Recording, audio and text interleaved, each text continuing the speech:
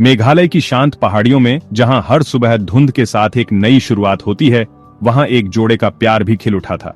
राजा रघुवंशी और सोनम दोनों ने अपने नए जीवन की शुरुआत के लिए इस जन्नत जैसी जगह को चुना था। हर कोई सोच रहा था कि यह हनीमून उनकी खुशियों की नींव बनेगा, लेकिन किसे पता था कि इन पहाड़ियों के साए में एक साजिश पल रही थी। प्यार और विश्वास की जगह धोखे और कत्ल की एक खौफनाक कहानी बन गई।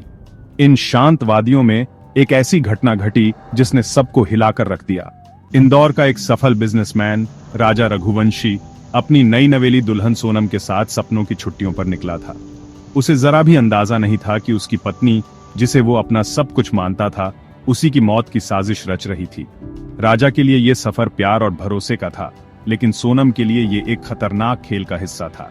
सोनम, जो सबकी नजरों में एक परफेक्ट पत्नी थी, असल में अपने एक्स लवर और कुछ भरोसेमंद साथियों के साथ मिलकर राजा को रास्ते से हटाने की प्लानिंग कर रही थी।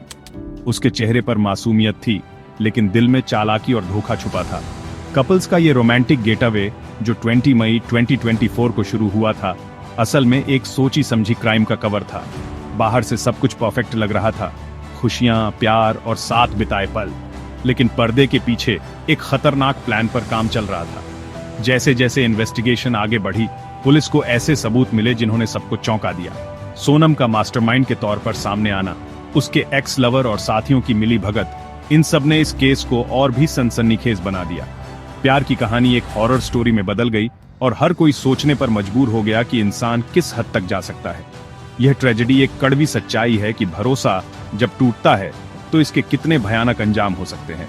प्यार और विश्वास की नींव पर बना रिश्ता एक पल में बिखर सकता है और उसके बाद सिर्फ पछतावा और दर्द रह जाता है।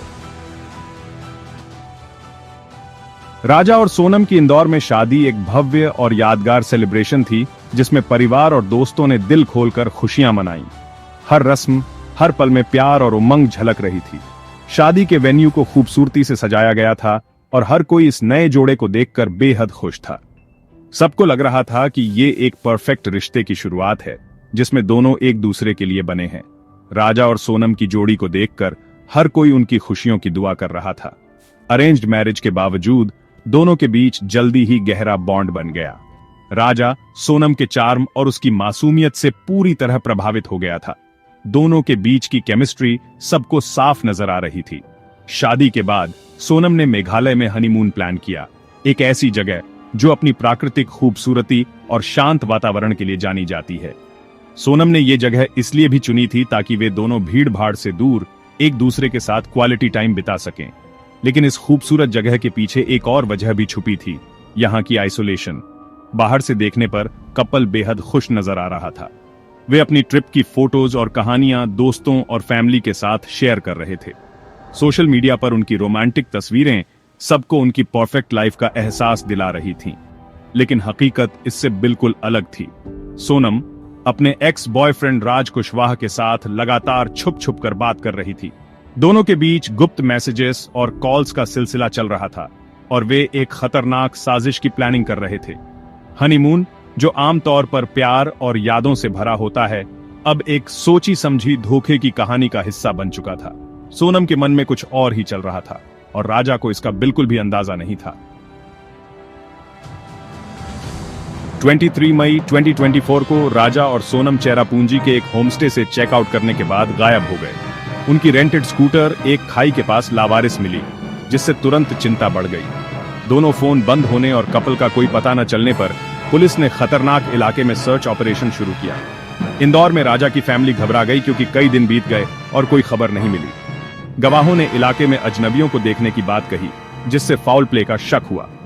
लावारिस स्कूटर और गायब कपल ने शांत पहाड़ियों को डर और शक के सीन में बदल दिया। रहस्य और गहरा गया और जवाबों की तलाश तेज हो गई।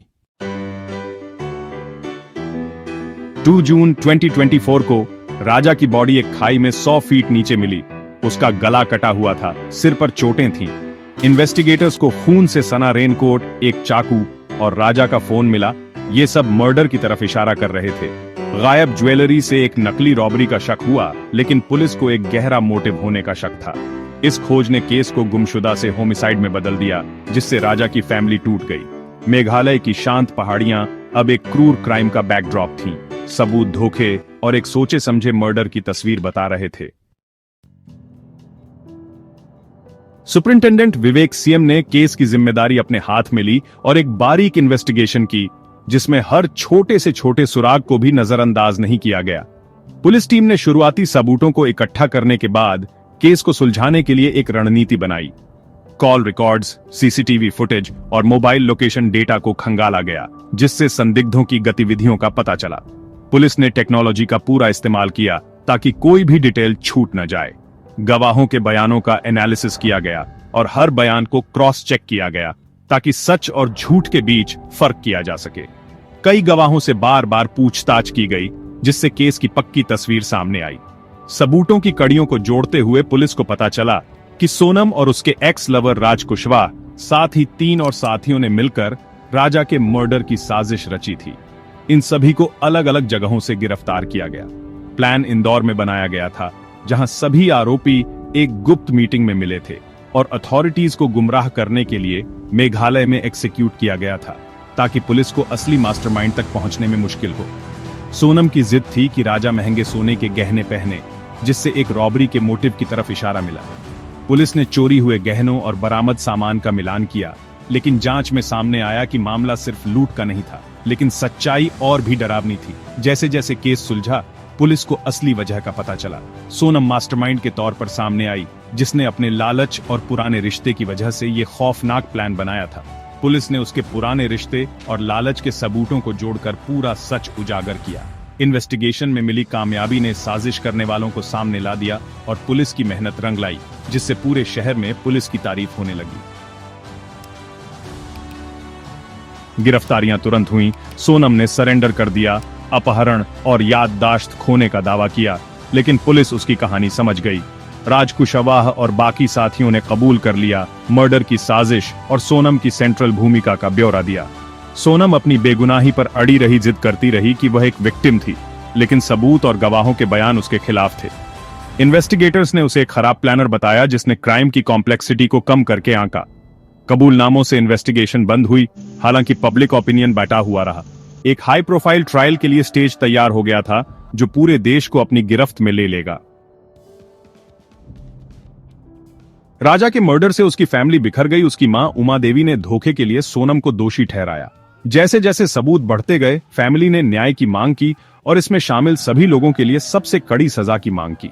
उनके दुख ने कम्युनिटी को एक कर दिया, जिससे पब्लिक में गुस्सा और उनके मकसद के लिए सपोर्ट बढ़ा।